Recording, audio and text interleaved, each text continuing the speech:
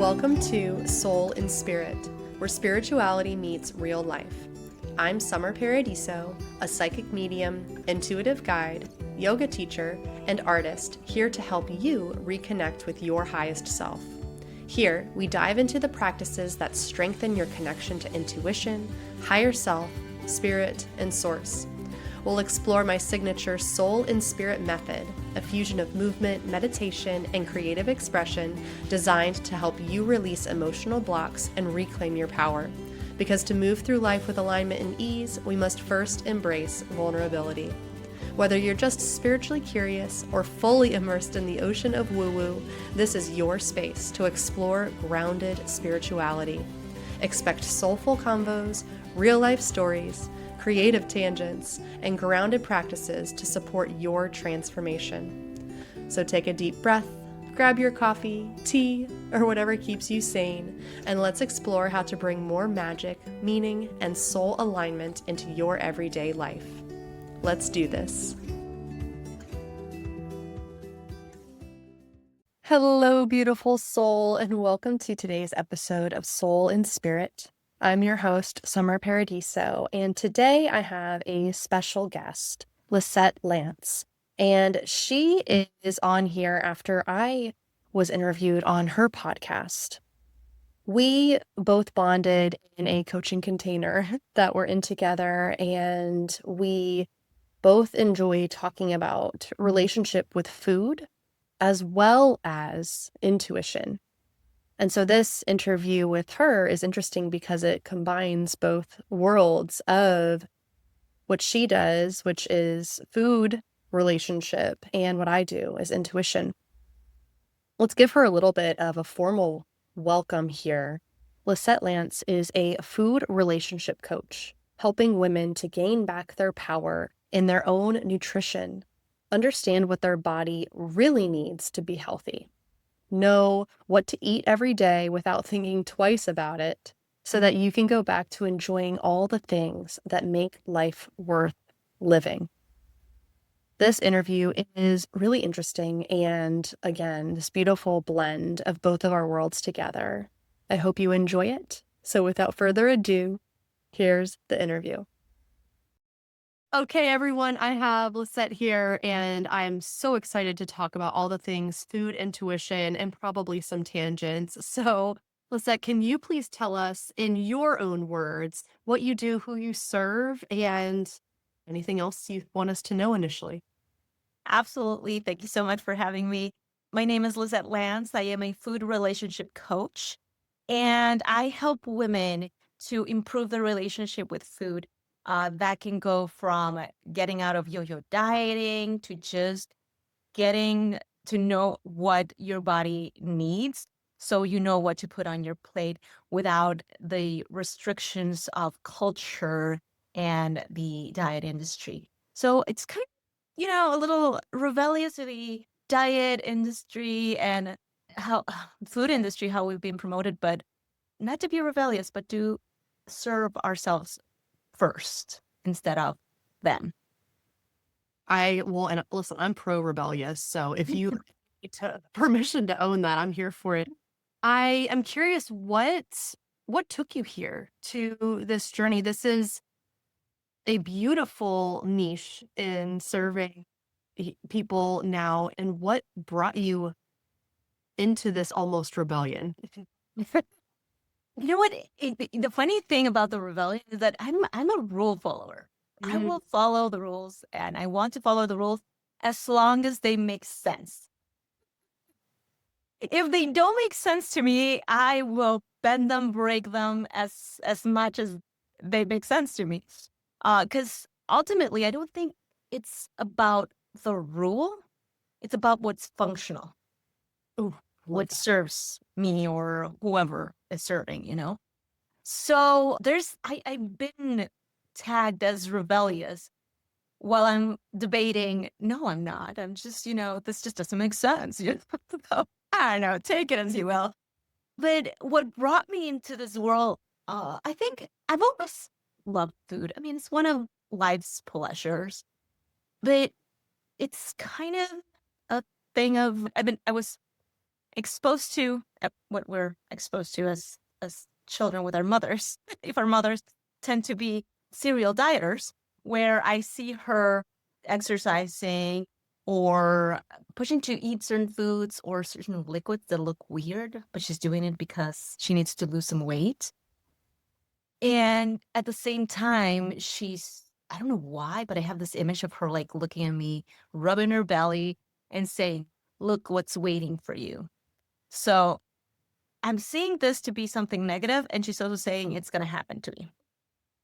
And then I remember my brother being like, if you ever get fat, I was never fat, but like, and I don't even know why he said that, but he said, if you ever get fat, I'm going to call you a pig, which apparently was traumatizing.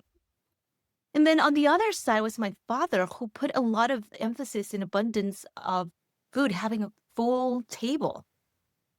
And that was great because we would ask for like a piece of candy, just like a personal size thing. And he would buy us like the bag or the box of it. And it was great because we would indulge and then we would be naturally pushing it away and going on with our lives. And who knows when we were going to ask for it again. So it was polarizing between you got to be thin, but you also can enjoy food. As I grew, I connected a lot of my value as a person to my figure, my slenderness. And fast forward to 2020, no, 2015, there was a series of unfortunate events in my life, where I, fortunate and unfortunate. The biggest fortunate event is that I married the love of my life. So that was great. The unfortunate thing is that when that marriage happened, I moved to a different country, and that was crazy for me because one, there was culture shock that I did not expect because I thought I was familiar enough with the culture. Second, I could not work, and I am not a person that likes to stay at home and like just do home stuff. I need to feel some value in something more than just home. I couldn't work. My family and friends were far away, and my husband would go to work every day. So I was alone for hours, and that was driving me bananas. And then my father was dealing with cancer, and I was planning our wedding party because we eloped and we wanted then to celebrate with everyone else. So when that happened, and in that interval, I was just eating my feelings. I really feel like I didn't know I was doing it, but suddenly it was like 20 pounds more than ever. And feeling depressed and just in physical pain and just terrible. And I remember being on my carpet in my room, tears down my face, listening to Jim Carrey's commencement speech and thinking like, I don't want to feel like this anymore. I'm done. Like there's something needs to change. And one of the things that happened was that I'm New Year's comes and we have this tradition where we do a list of things that we want to accomplish, big things. And I wrote, I want to feel fresh and youthful. What in the heck did that mean? I was like, what does that mean? Like, and how do you even do that, right? Fresh and youthful just meant like I wanted to regain my energy and want for life, for doing just the things that I enjoyed, my flexibility, my strength, my energy, because I'm like very energetic, and just stop feeling sad and in pain and look, not recognizing myself in the mirror. And then what I decided to, how I was going to achieve that was that I was going to move my body for 20 minutes every day, just this little thing. Uh, and as I started doing that, I started to feel better. And as I started to feel better, I started to look for more ways that I could serve myself. And then one act of kindness to myself led to the next until I had this result where I was losing weight and I wasn't even thinking about it. I was feeling better. I was more flexible. I was more happy. I was happy now. And so that's when I started to kind of question what was happening and and what I was doing, what was working, why it was working. And that's where I started to package everything, become, well, not become, but like start on this journey of helping other women with their relationship with food. Oh, so good. One thing I noticed there, Lisette, as I adjust myself in my chair, I love that your intention that you set. I think this is golden. And I think people need to like re-listen to this if they didn't hear it. Your intention was not to lose weight. No. Your intention was to feel, what was it, light and youthful, fresh and youthful? Yes, fresh and youthful. Well, yeah. So you're seeking out this feeling. When we talk about, like, this is talked about in manifestation, this is talked about in law of attraction. You're creating the feeling that you want and embodying that, and then everything else falls into place. And so you are seeking out this beautiful intention of feeling fresh and youthful, and you started taking the actions towards it and Yeah. snowballing forward. So what a beautiful way to self start a journey. And because you were able to self-start and see success, you now get to teach women how to do that too. So that's beautiful. Another thing I wanted to mention too, gosh, you essentially just shook up your entire foundation, or the universe did, where you were uprooted from your culture, your home, your family, and you're trying to build a new foundation, and yet you can't really provide yourself with purpose because you want to work and you don't have connections. It's just, you really were in one of those moments where you're stripped away from everything comfortable, that it forced change of heart. Absolutely. Yeah, no, it was quite shocking. I think it felt, I mean, I don't know how less shocking or more shocking it would have been if I had expected it. But the thing is that I moved from Tijuana, Mexico to San Diego, California, United States. And that is just cross the border. So I grew up in a place where it was so close to this culture that I felt that when I crossed the border and lived there, it was going to be very easy. But what I didn't realize is that any change in your environment, you have to relearn how to live, which sounds, I don't even know. It's, if I had not gone through it, I wouldn't understand it. But like what you can, what you can buy, what like to eat, that was the biggest thing for me, the food, because I grew up with certain brands. I grew up with certain grocery stores that I like. I knew what to put together, and I had to relearn all of that in this new culture where I did not have the same brands. I did not have the same, well, I had probably the same products, not all of them. I'm still looking for a few that did not appear in this world. Oh, yeah. What are they? Can we get people to mail them to you? Oh my God. Like nopales. I don't know if you've ever had like cacti. Oh, okay. Like I have had it. It's okay. it's, oh my God. Well, yeah, it's not for everyone for sure. But I love that. One thing that I miss the most is like Mexican seafood.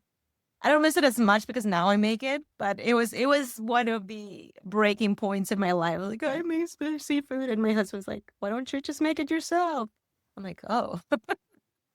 Yeah, well, what's interesting as you were talking about this, just because I'm always relating things back to chakras and how we're existing in the world and what sort of emotional blocks we're dealing with. And so in that sense, you were uprooted. And so in your foundation, your safety was shaken up. So your root chakra was in crisis, essentially. Mhm. And if you think too about like Maslow's hierarchy of needs, at the bottom is, food, water, shelter. And that's at the foundation, that's the bottom. And so we're eating, you said you ate your feelings. It's like you were trying to reground yourself. You were eating food to be able to feel safe again, to feel like you could root back down. And that, I think that's just, what you're expressing is something that so many people go through. So I'm curious, like how do you specifically help women now then with their with their kitchens, with their eating? Like what are you doing that is helping women shift their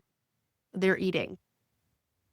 One of the biggest thing is their mindset. I find that a lot of women, especially the ones that have gone in and out of diets, have this all or nothing mentality. And they're shooting for being perfect. And I'm guiding them to find the balance instead of the perfection that doesn't exist, because that's exactly what keeps them going from perfect to failure, failure to perfect. Not that they are failing or that they are perfect, it's just how they perceive it. So a lot of that is breaking that mindset that keeps them in that loop. Other than that, I teach them how food actually affects their body. And there's no bad or good food. It's like how you use it. One of the biggest things also, like counting calories and being in a calorie deficit, is not really necessary for health or losing weight. Feeling hungry all the time is not normal. And that other than that, we play. We play with food, because the best way to improve a relationship with someone or something is to get to know it, is to get to experience it. And so through this play, sometimes it's not like we're talking about how to change your mindset. We're like playing, and in the experience, you get to find a lesson. So it's not a cooking class per se, but is the experience that you go through cooking with. And that's pretty much where it goes. Can you I am nosy. I really want to Yeah. what does the play look like then? So if it's not cooking, like what are you doing with the food? I'm like, how Yeah. No, so you are cooking. You are cooking. okay. But here's the thing, the challenge is to get out of your comfort zone. Okay. So a lot of people feel like they're not good cooks. So let's explore that. Let's make something.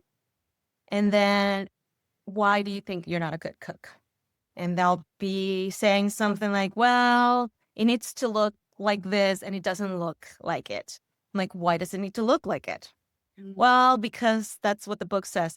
And that's the book's truth. Why is that truth better than your truth?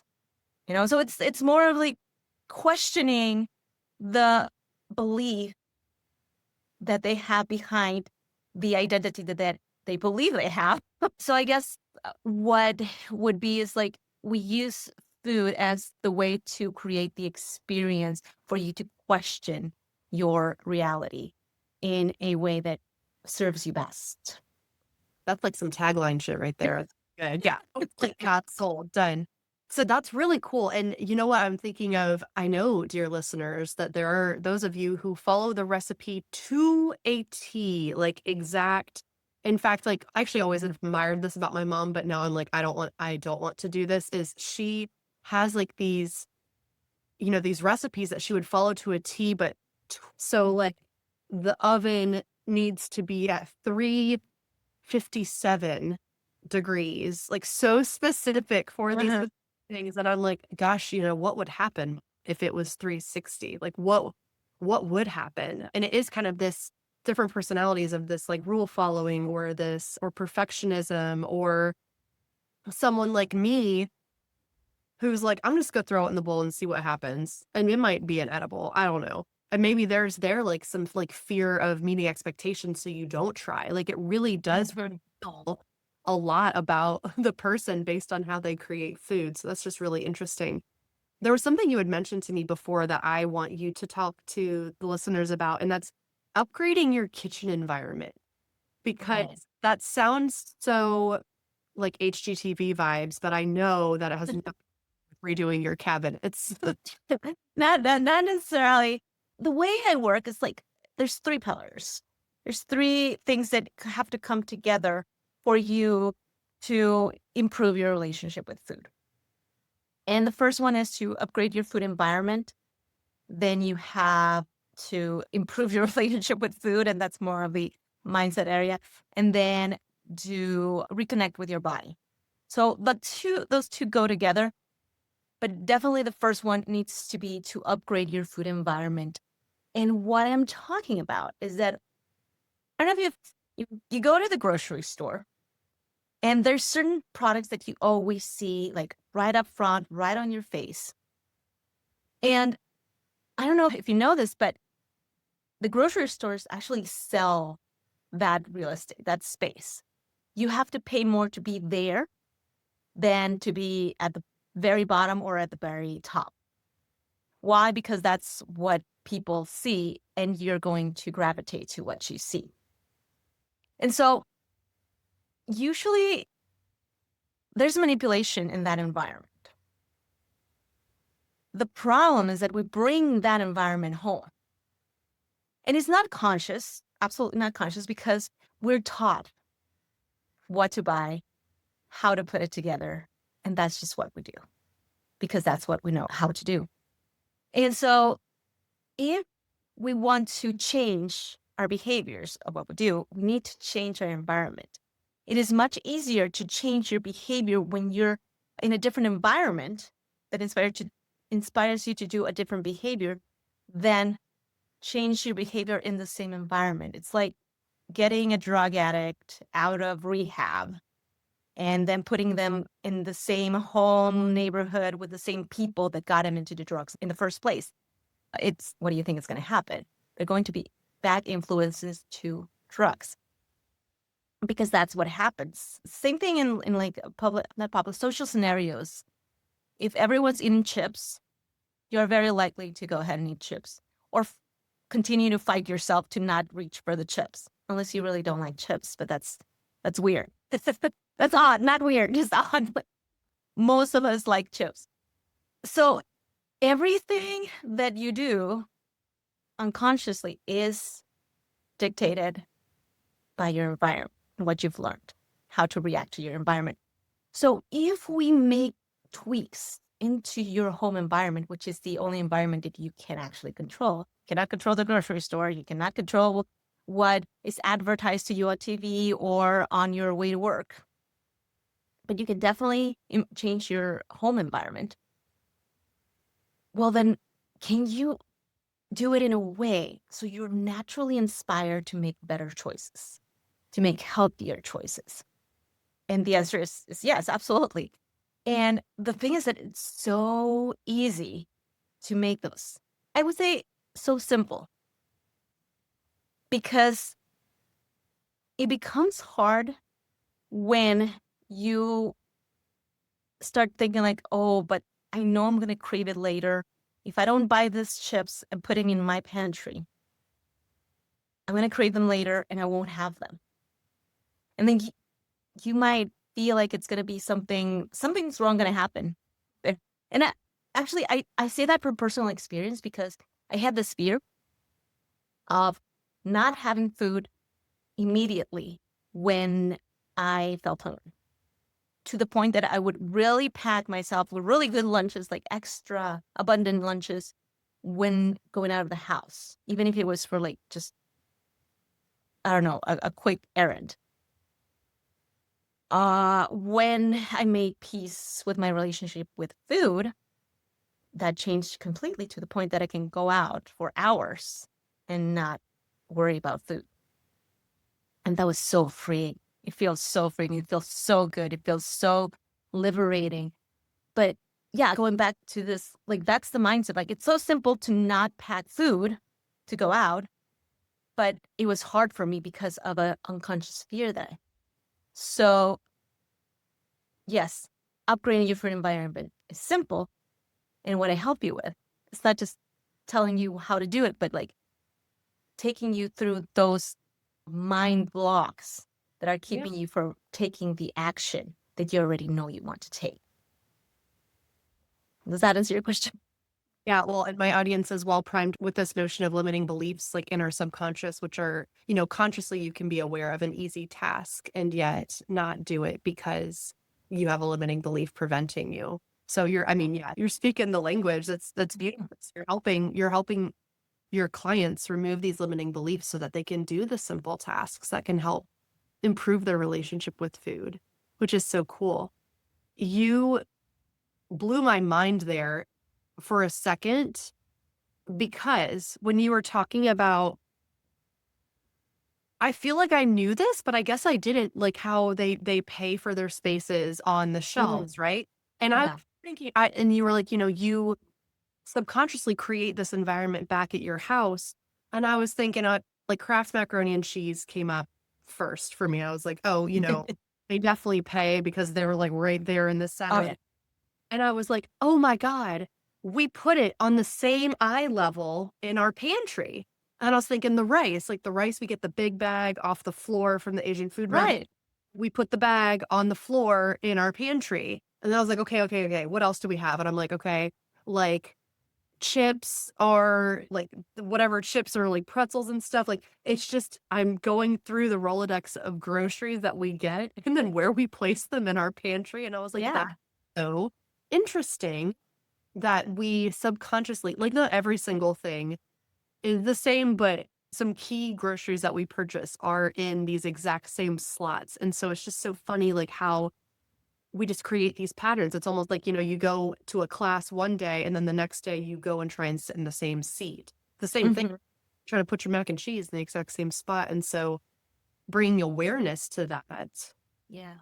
already a little bit of a shift in how you approach.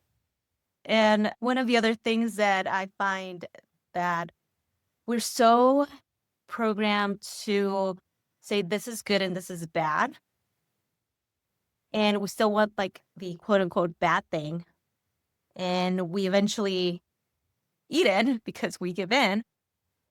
And then what that does to our emotional status, now I feel like a failure. I cannot do this. What's the point? I'll just eat more.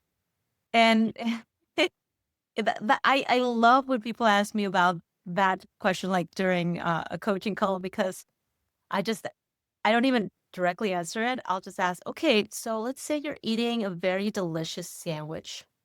It's healthy, right? Your sandwich is healthy. You take a bite and the mustard drips on your white shirt. Okay, so now it's a little dirty. Will you open up the sandwich and rub it all over your white shirt?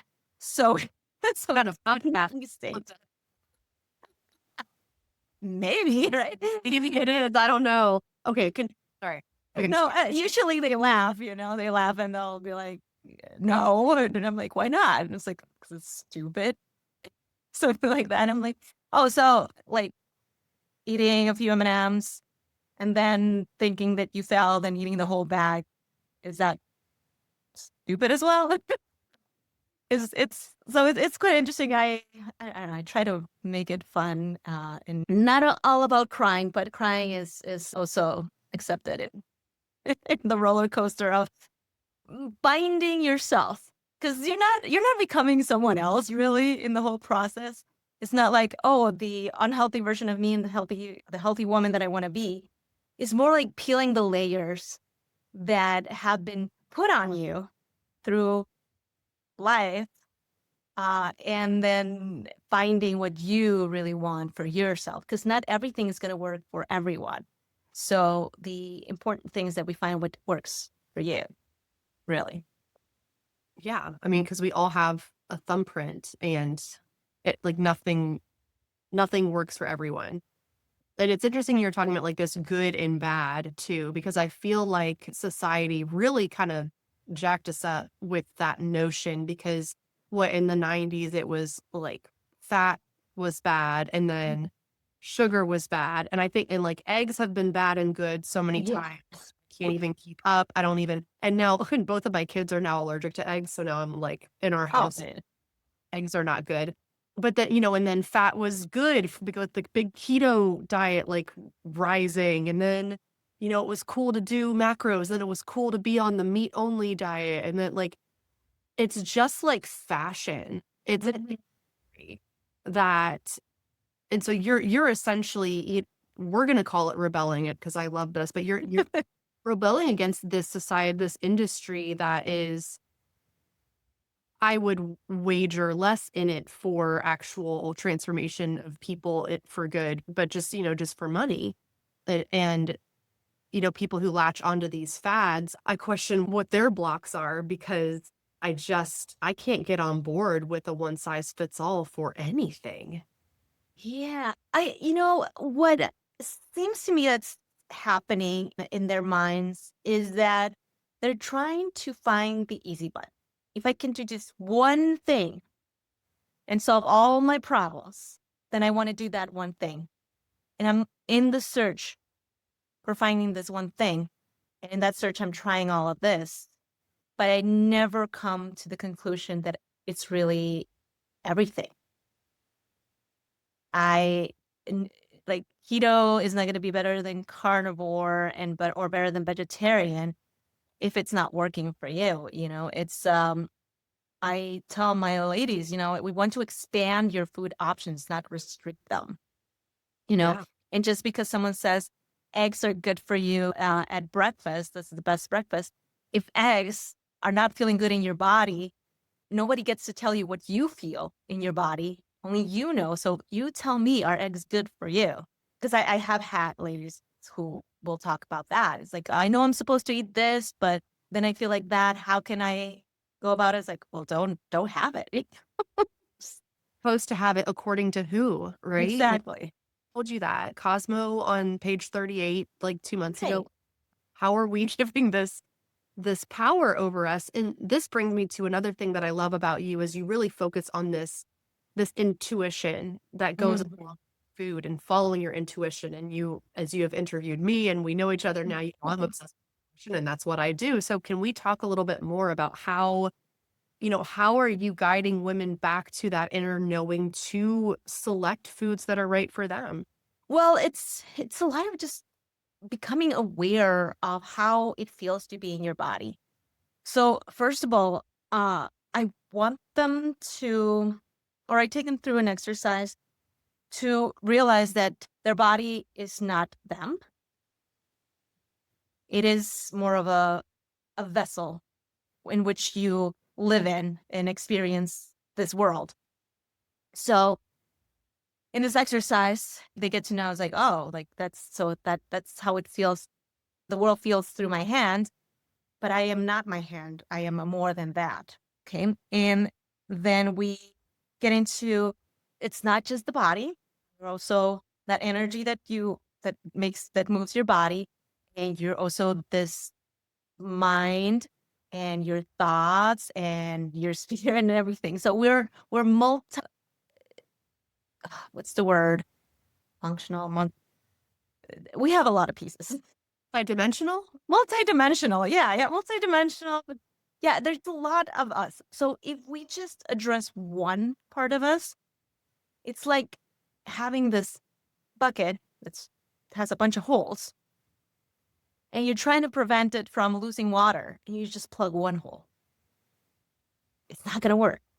You got to plug all the holes. So the water actually stays in there, right? And this water in this case would be just your complete self, your healthy self, your happy self, the ultimate beautiful self that you are, your core. Now, we go through those exercises. So we got to understand that first. You are more than your body. Now, after that, how does your body feel when we do something like this, or when you're hungry, or when you're thirsty, or when it's just a craving, when it's a nutrient deficiency, when it's just anxious? Maybe you're just bored. So why are we reaching for food? That's a really like simple exercise, but it becomes quite important to just question why you're reaching for food at that moment. Is it hunger? Are you thirsty? Or is it just a crave? Or are you bored? Whatever.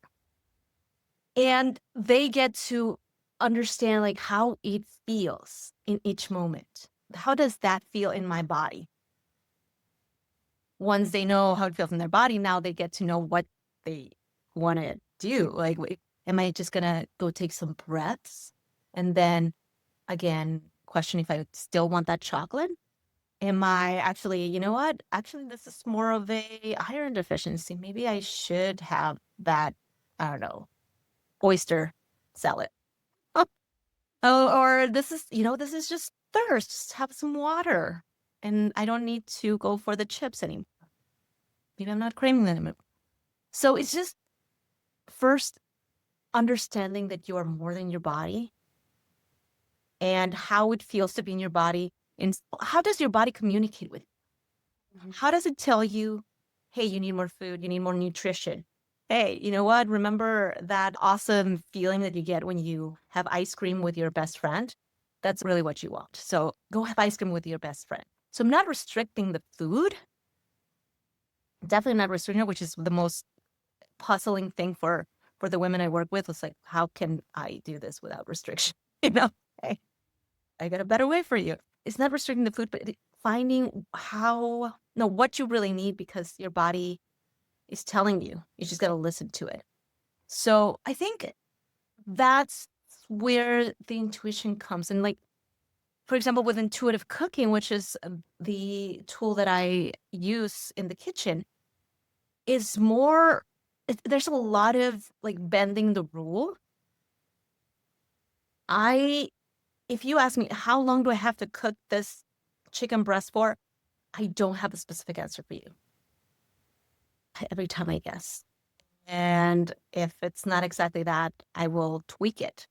And then with experience, I learn what my oven can do.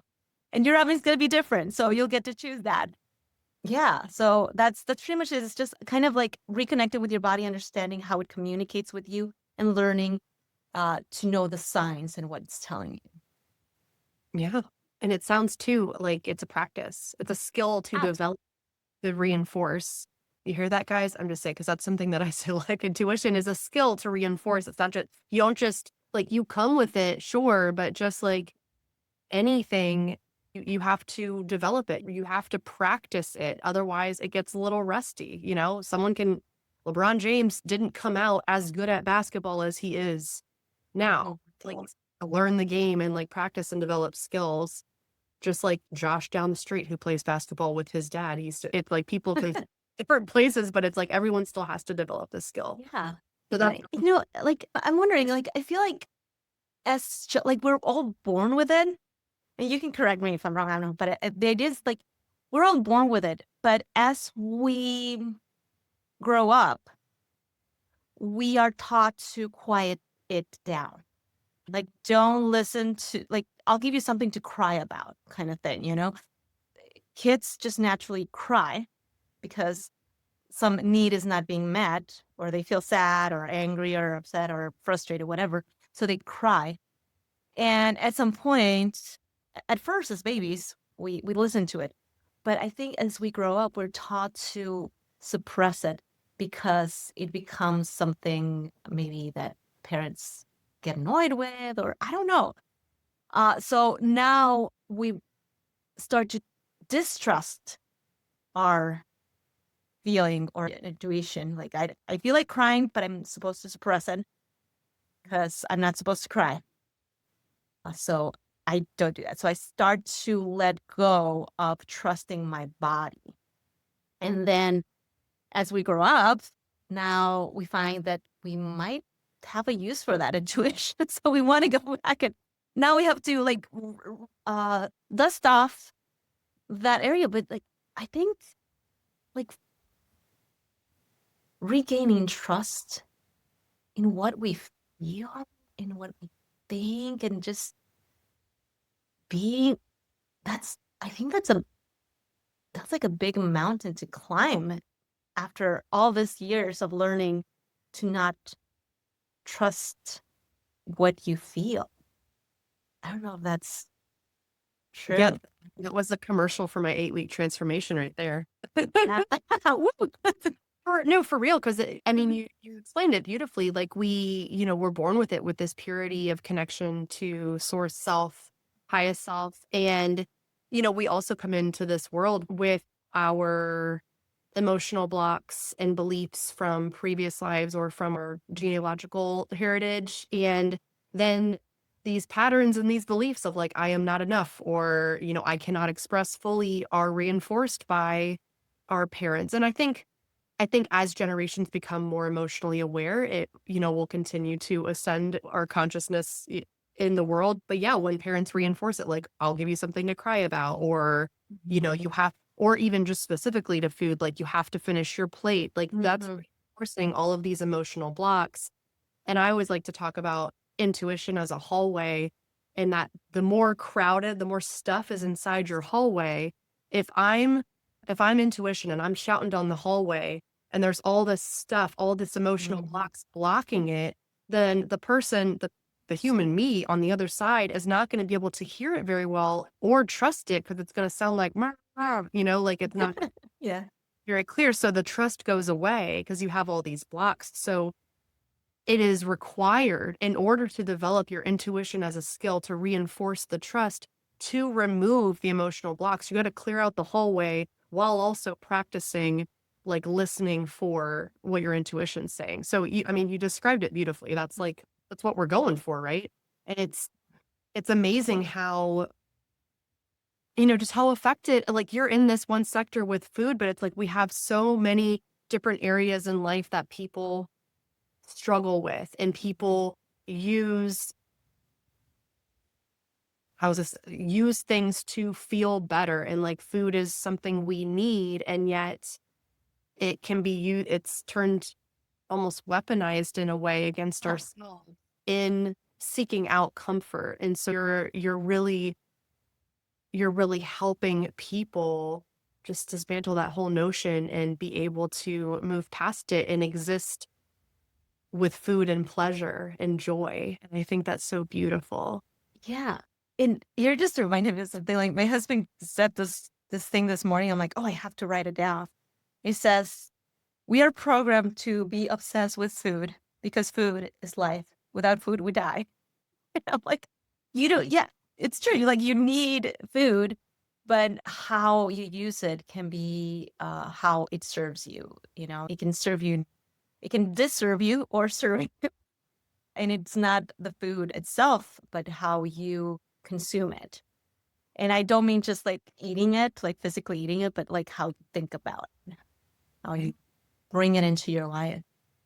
And also back to intuition, I think part of this change is it's just making a choice, making a choice that I choose to start to open my mind and believing that this does exist. Because, and I say that because I was so skeptical. My husband is more of an intuitive soul than I am, and it's like years ahead of me. And I guess I've been influenced by his environment and go down this path. And I think I started this last year, looking at numbers and repeating numbers. And I started to see, I wouldn't see 1111, which is the most popular one, like 1111, but I would see 1212, 0101, 0202, and all of the other ones, but not 1111, which was really interesting to me. And that caught my attention. And I started paying attention to, like, okay, what was I thinking or doing while I saw it? Yes, girl, that And is exactly what you're supposed to do. Yes. And I then said, okay, I turned 44 last year. I'm like, okay, 44, interesting. Okay, then show me other numbers. That's like, come on, universe, I'm gonna test you. And like, I want more opportunities, right? To just look at the clock and say, okay, I'm on the right path. And I started to see, and I keep thinking now, it's not the 11:11 or the 12:12, but I see the minutes, either 11, 22, 33, 44, 50.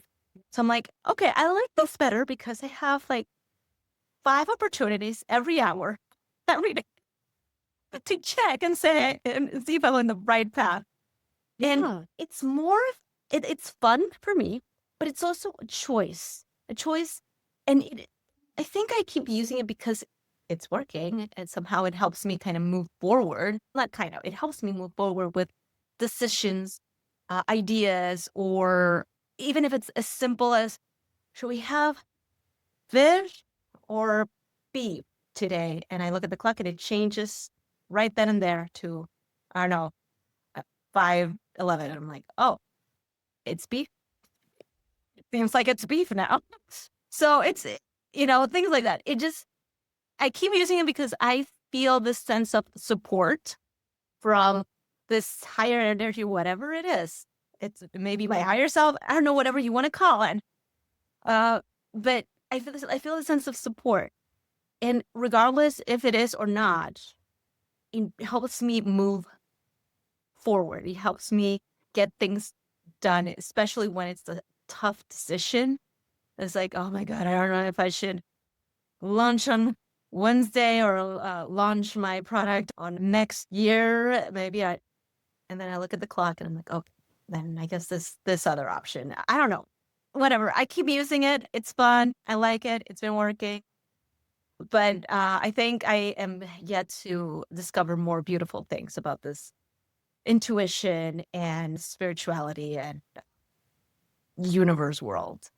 Oh, well, you were on the right podcast, my friend. I have something that it's kind of bringing this full circle, which is, well, two things. The first thing is, again, you're setting an intention of like, you know what, when I see these numbers, I feel supported and I don't really care by what, but it's like stirring and stimulating your intuition to be like, I can make a quick, effective choice that serves me and not get stuck in the indecision. So when you see any sort of repeating number, you're feeling inspired, you're feeling supported. And that's what's the point. And then the other thing that I wanted to say, it's so funny, is what if 1111 is like counting your macros? Or like 1111 is the fad diet, right? Like everyone wants to see 1111, but remember, your intuition is just like a thumbprint, just like what you eat all day, every day is like a thumbprint. It's unique to you. So the fact that you're seeing, repeating numbers in the minutes is just as beautiful as someone seeing 1111, because that's your unique intuition working for you, right? It's not. So that's just kind of like a little parallel I was coming up with, because I was like, oh, 1111 is kind of like the fad diet. Yeah. Everyone wants 1111. That's the popular one. I want to do it. But you're getting so much support from these other numbers. It was just interesting listening. So that makes me so happy to hear. And yeah, you're in the right world on this podcast. Woo. So we reached time, Lizeth. I would love to know where do you want my audience to find you? What should they do next? Do you have any golden nugget, like next steps for them to start their journey towards intuitive eating? Absolutely. So you can find me at Lizzie Habits I just started the YouTube channel, but definitely on Instagram. And I am offering this class on improving your food environment. It's called the Best No-Brainer Kitchen Setup class. Very creative with the name, not really. But I wanted to make it clear, like, that we're going to work on your kitchen so I can help you to start this journey.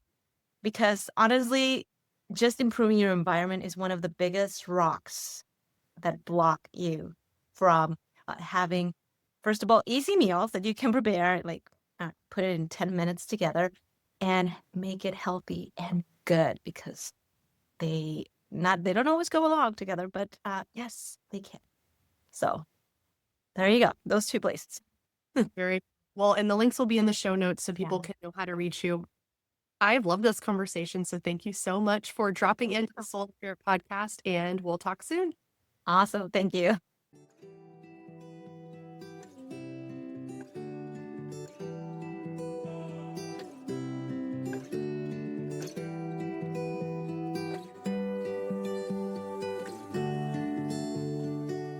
Thanks so much for listening to Soul Inspirit. If this episode moved you, sparked something, or just made you feel a little more like yourself, I'd be so grateful if you left a review or shared it with someone you love. It helps more souls find this space and join us in raising the collective vibration.